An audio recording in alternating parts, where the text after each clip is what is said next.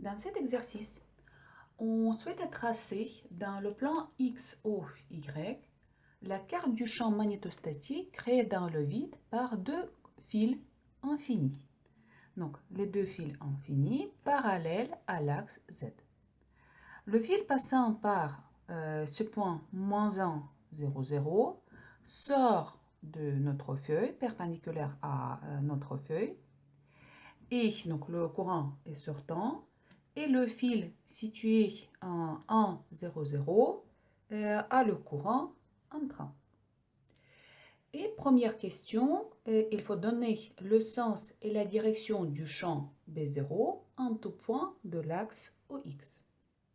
Alors, si on regarde le plan, si on considère le plan XOZ, donc le plan perpendiculaire à ma feuille, vous pouvez imaginer ces deux conducteurs comme les cylindres de certains rayons.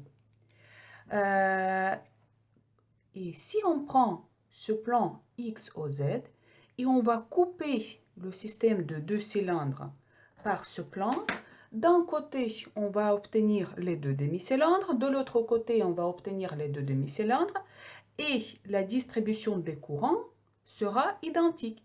Donc de ce côté, on aura le demi-cylindre avec le courant sortant, et de ce côté, on aura le demi-cylindre avec le courant entrant. Pareil ici, donc le courant sortant, le courant entrant. Alors, dans ce cas, ce plan XOZ est le plan de symétrie de la distribution des courants.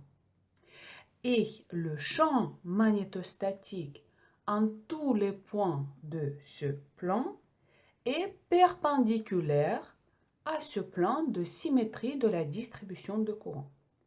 L'axe OX appartient à ce plan, XOZ, donc en tout point de l'axe OX, le champ sera perpendiculaire à cet axe. Donc je vais présenter le champ ici, là. Donc en tout point, le champ est perpendiculaire. Donc nous avons trouvé la direction, maintenant il faut retrouver le sens. Et pour cela, on va appliquer la règle de tire-bouchon ou la règle de main droite.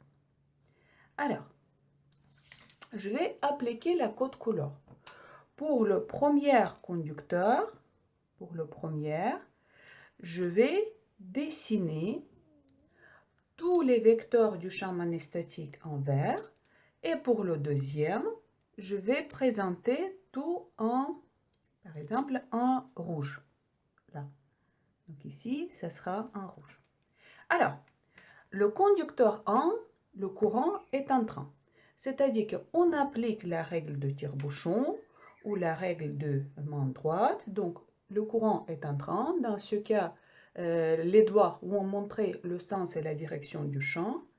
Si je prends ce point-là, donc la règle de tire-bouchon, le champ produit par ce conducteur sera dirigé en bas.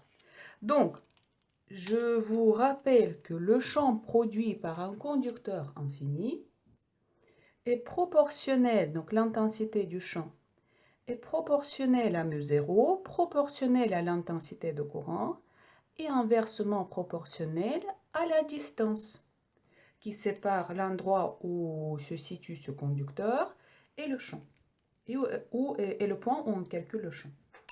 Alors, si on prend ce point-là, donc le sens et la direction, le champ est dirigé en bas. Et en plus, la distance qui sépare ce conducteur filiforme et ce point-là est faible. C'est-à-dire que je vais présenter ce champ en rouge. La norme de ce champ va nous donner l'information concernant l'intensité. Et l'intensité de ce champ magnétostatique créé par ce conducteur est assez grande. Maintenant, je vais présenter le champ créé par ce premier conducteur, vert, en même point.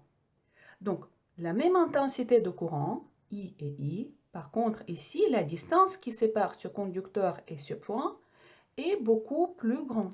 Alors, la règle de tire-bouchon, le courant est sortant. Donc, le champ en point, en ce point, sera dirigé vers le haut. Par contre, vu que la distance est très grande, donc l'intensité de ce champ sera faible.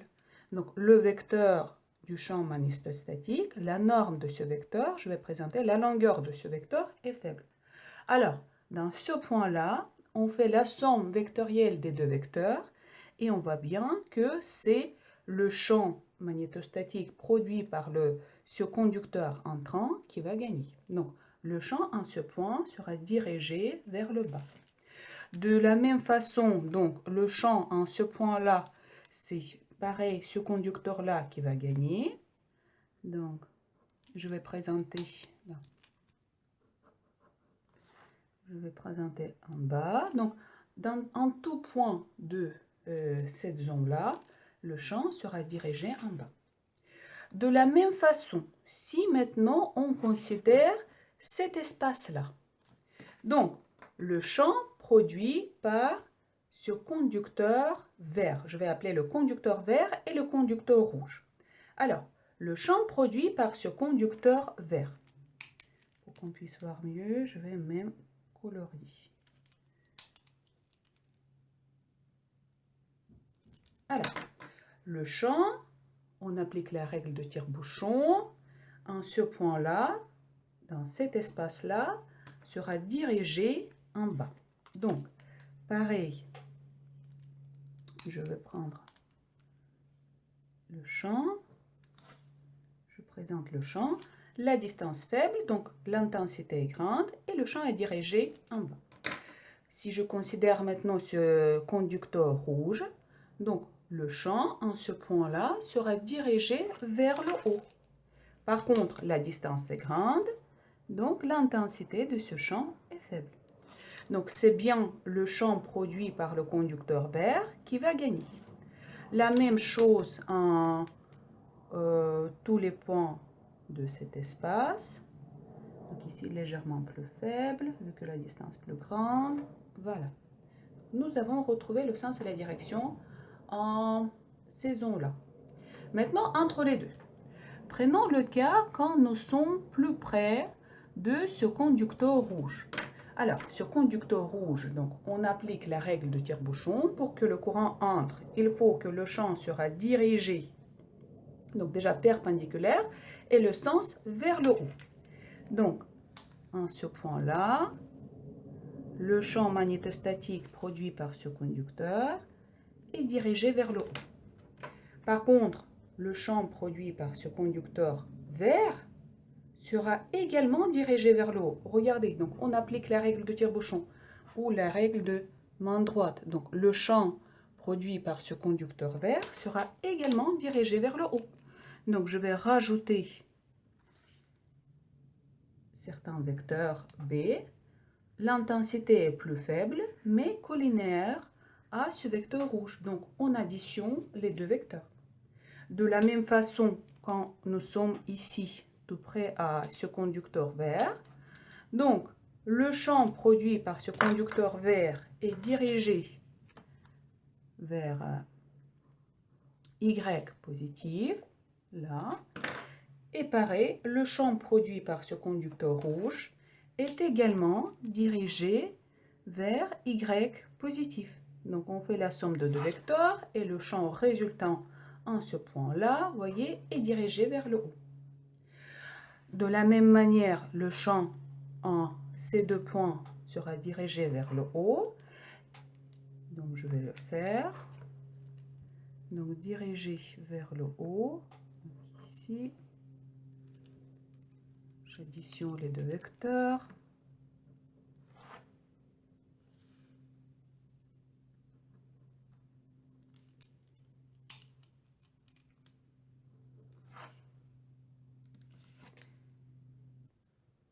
Donc voilà. Bien. Donc nous avons retrouvé le sens et la direction de ce champ magnétostatique en tout point de l'axe OX. Donc je vous rappelle, très important, nous avons retrouvé la direction perpendiculaire à cet axe OX en appliquant l'analyse de la symétrie. Maintenant, il faut donner le sens et la direction du champ B0 en tout point de l'axe OY. Alors, la même chose. Si je prends en plan OY0, Z, donc perpendiculaire à ma feuille. Et je vais diviser mon système par ce plan.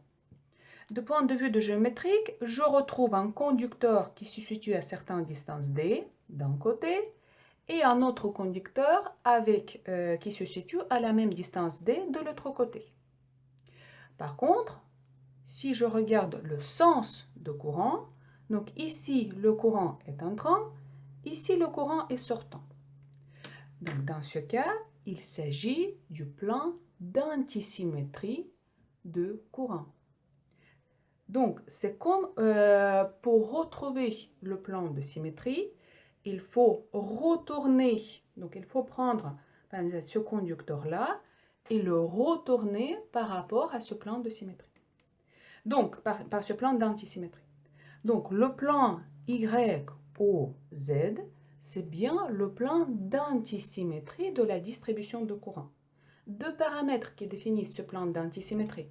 Les paramètres géométriques doivent être identiques. Par contre, le sens de propagation de courant va être opposé.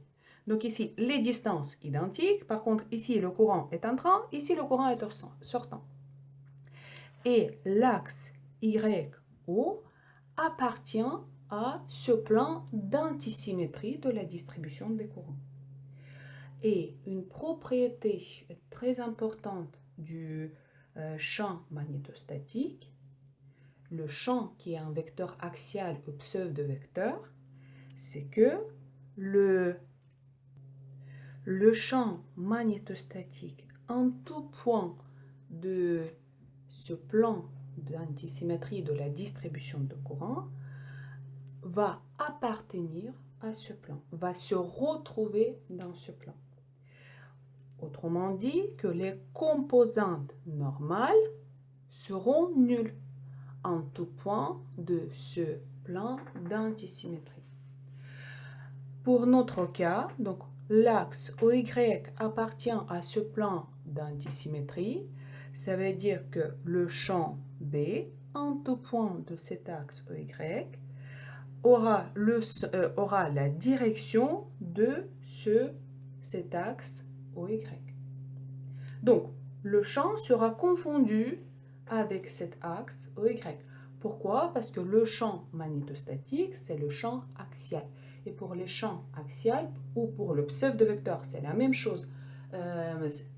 C'est que ce vecteur, en tout point de plan d'antisymétrie, va se retrouver sur ce plan d'antisymétrie. Donc les composantes normales pour ce pseudo-vecteur seront nulles en tout point de ce plan d'antisymétrie. Donc, maintenant le sens et la direction. Alors, prenons un point par exemple ici, et on va voir, déjà on va prouver ça. Donc, je vais relier les deux points, donc le point où je cherche à présenter le champ produit par ce courant rouge et la position de ce courant rouge, donc ici. Ensuite, donc je vais faire la même chose, je vais relier la position, le point où se situe ce premier conducteur vert et le point où je cherche le champ. Alors déjà, la loi de Biot-Savart nous dit, c'est que le champ sera toujours perpendiculaire à notre conducteur et en vecteur unitaire dirigé du point où se situe ce conducteur vers le point où on cherche le champ. Donc je vais présenter légèrement ici ce vecteur unitaire U dirigé du point où se situe ce conducteur vers le point où on cherche le champ. Alors, le champ sera toujours perpendiculaire à ce vecteur unitaire.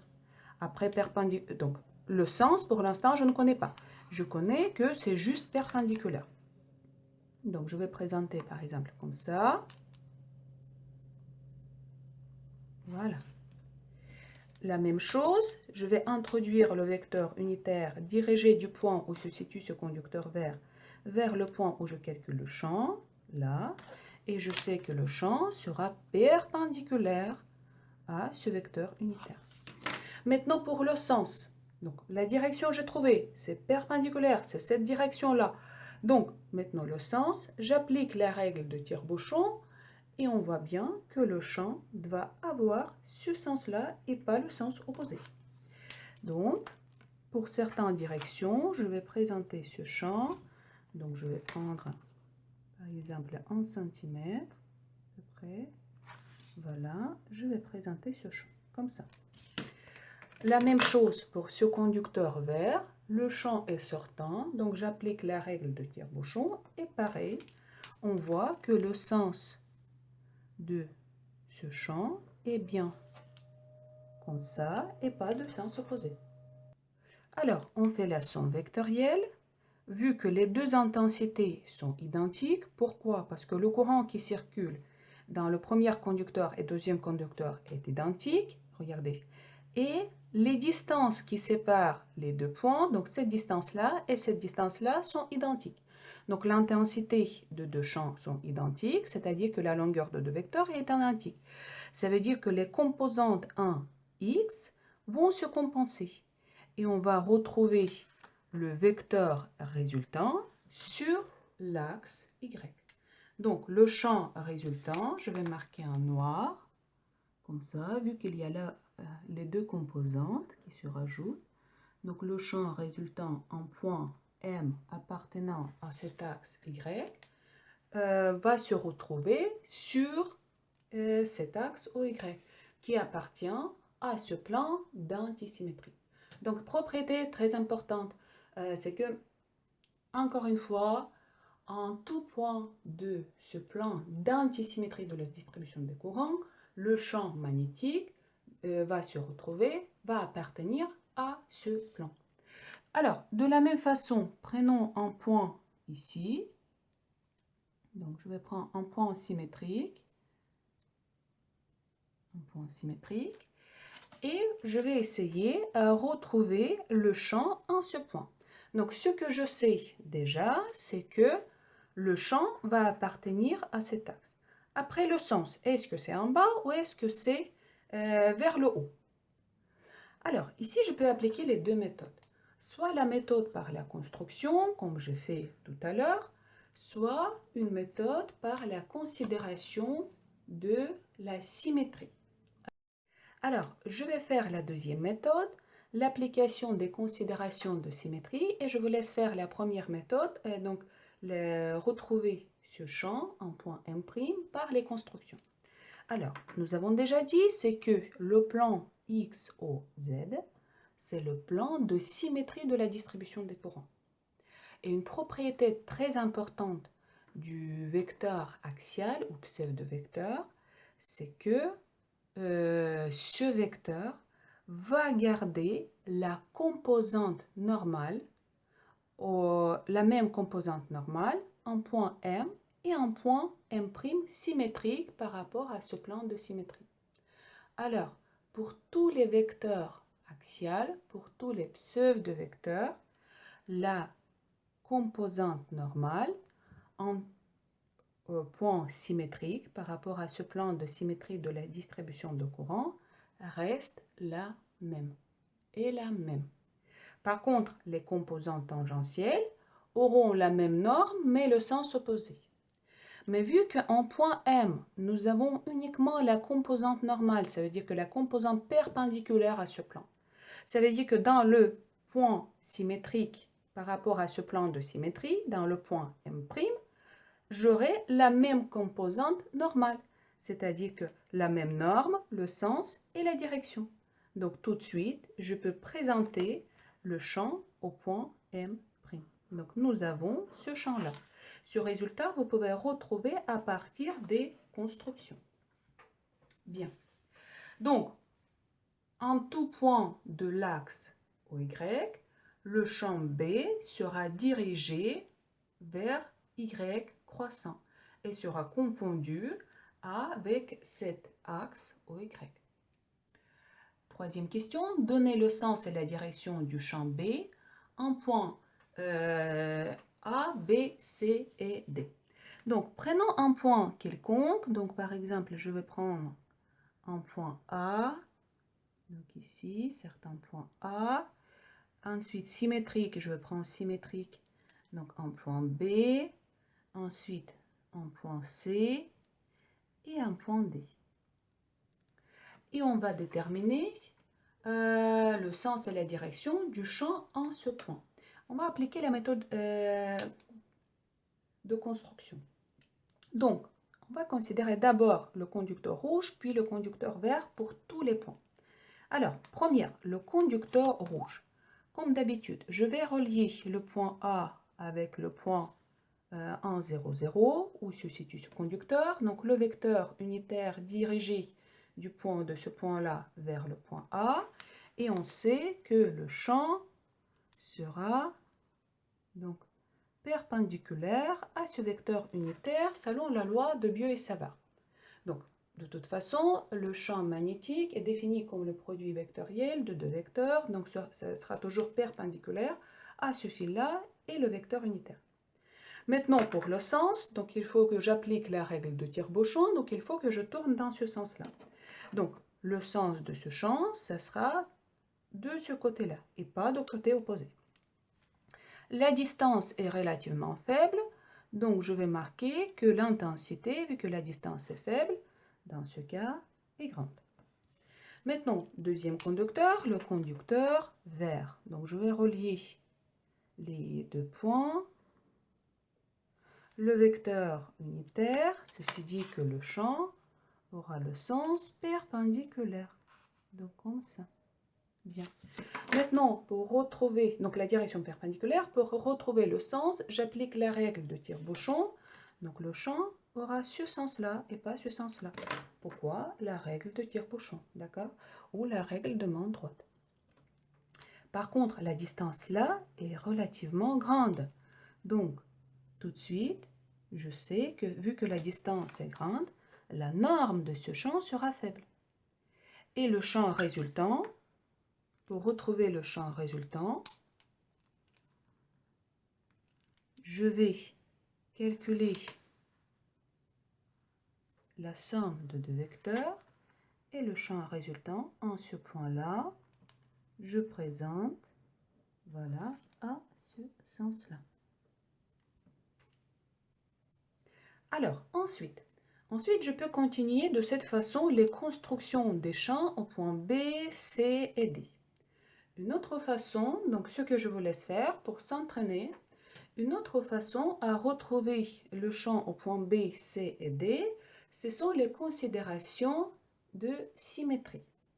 Alors, on sait que, je vais résumer à peu près ici, pour le plan de symétrie. Donc, si nous avons le plan de symétrie de la distribution des courants, donc la composante normale de ce champ magnétostatique reste la même. B, N, par exemple, point M'. Donc la composante normale au point M et au point M'. Par contre, les composantes tangentielles, c'est-à-dire que parallèles à ce plan de symétrie, auront le sens opposé. M'.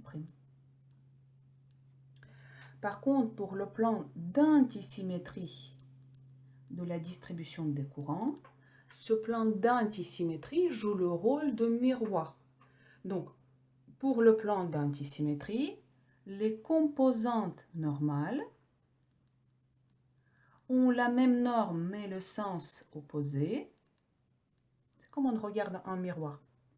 Par contre, les composantes tangentielles gardent la même norme, le sens et la direction. B, M'.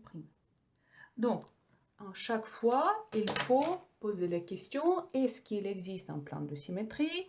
Est-ce qu'il existe un plan d'antisymétrie? Et appliquer, voilà, ces considérations pour un pseudo-vecteur. Donc, tout ça, c'est valable uniquement pour un pseudo-vecteur. Alors, donc, le point B, c'est le point symétrique de A par rapport à ce plan d'antisymétrie de la distribution de courant. Donc, nous sommes dans ce cas-là. Donc, nous avons ce champ au point A. Pour retrouver le champ au point B, il faut qu'on regarde dans le miroir. Donc, le plan d'antisymétrie joue le rôle de miroir. Donc, pour le miroir, donc ce champ va garder la même composante tangentielle, mais la composante normale aura le sens opposé. Donc ici, je présente la composante normale, c'est-à-dire qu'au point B, la composante normale, la même norme, mais le sens opposé. Donc normale, ça veut dire perpendiculaire à ce plan. Et maintenant, la composante tangentielle, comme ça. Par rapport à ce plan d'antisymétrie, la composante tangentielle est la même. Et tout de suite, donc on construit le champ au point B. Donc on regarde dans le miroir. Notre miroir, c'est ce plan d'antisymétrie. Bien, nous avons retrouvé. Ensuite, le point C. Le point C est symétrique de A par rapport à ce plan de symétrie. Donc, pour le plan de symétrie, les composantes normales, le même sens, la même direction, la même norme. Donc, composante normale, je dois présenter cette composante normale.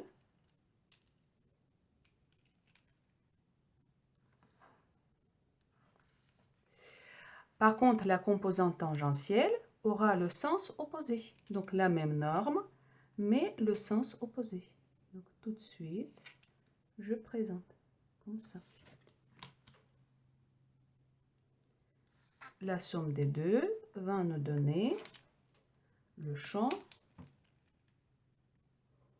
résultant. Donc le champ au point C a ce sens et la direction. Et maintenant le point D, nous pouvons appliquer soit les considérations de symétrie, dans ce cas par rapport au plan de symétrie et le point B, soit des considérations d'antisymétrie. Cette fois-ci par rapport au point C et par rapport à ce plan X, Y ou Z. Donc, moi, j'adore toujours regarder dans les miroirs. Donc, c'est pour ça que je vais utiliser ce plan d'antisymétrie, mon miroir. Alors, pour le plan d'antisymétrie, la composante normale, la même norme, la même direction, mais le sens opposé. Donc, ici.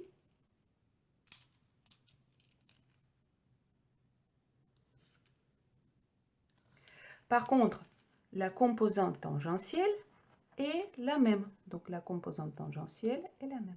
Là. Et je construis un vecteur résultant. Donc, au point D. Bien. La question suivante, que peut-on dire du champ B au voisinage des points moins 1, 0, 0 et 1, 0, 0? Alors, quand nous sommes tout près de ce conducteur, la distance est faible, c'est-à-dire que le champ produit par ce conducteur, le champ magnétique, est énorme. Ça veut dire que l'influence de l'autre conducteur est assez faible. Ceci dit que déjà les lignes du champ seront bien circulaires et le sens ici sera défini, le sens de ce champ sera défini, imposé par ce conducteur vert. Donc tout de suite à la proximité de ce conducteur, je vais dessiner les lignes du champ circulaire et le sens, j'applique la règle de tire-bouchon, et bien le sens défini par ce conducteur. La même chose pour le conducteur rouge. Quand je suis tout près, donc les lignes du champ, ce sont les cercles. Et le sens, par contre, est défini par le courant qui circule dans ce conducteur. Bien. Et la question suivante, donc il faut tracer approximativement des lignes du champ 1B0. Donc les lignes du champ sont toujours tangentes au vecteur du champ magnétostatique B. Donc tout de suite, je vais présenter. Comme je vois ici, j'aurai quelque chose comme, voilà, comme les ellipses qui ne sont pas tout à fait réguliers.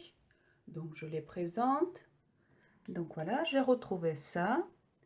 Donc en tout point, ici, le champ est tangent. Le sens, donc le champ circule le long de ce contour et pareil est ici. Et comme vous pouvez voir, c'est que le champ est bien symétrique par rapport à ce plan d'antisymétrie de la distribution des courants. Donc on regarde dans le miroir. Donc je peux continuer, je peux tracer les autres contours un peu plus éloignés. Donc ici, j'aurai le diamètre un peu plus grand. Donc ici, ce sera quelque chose comme ça.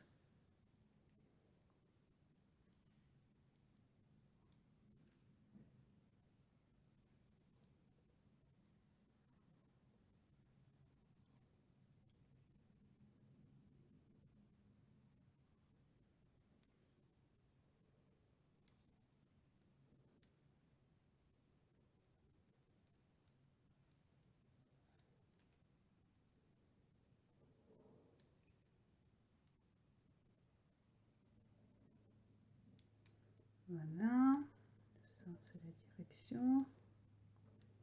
Hop, la même chose là.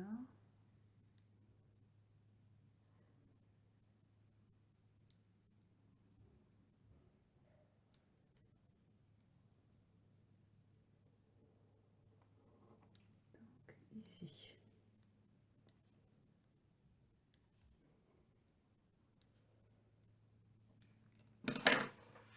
Alors maintenant, toute dernière question, que peut-on dire des plans OXZ et OYZ?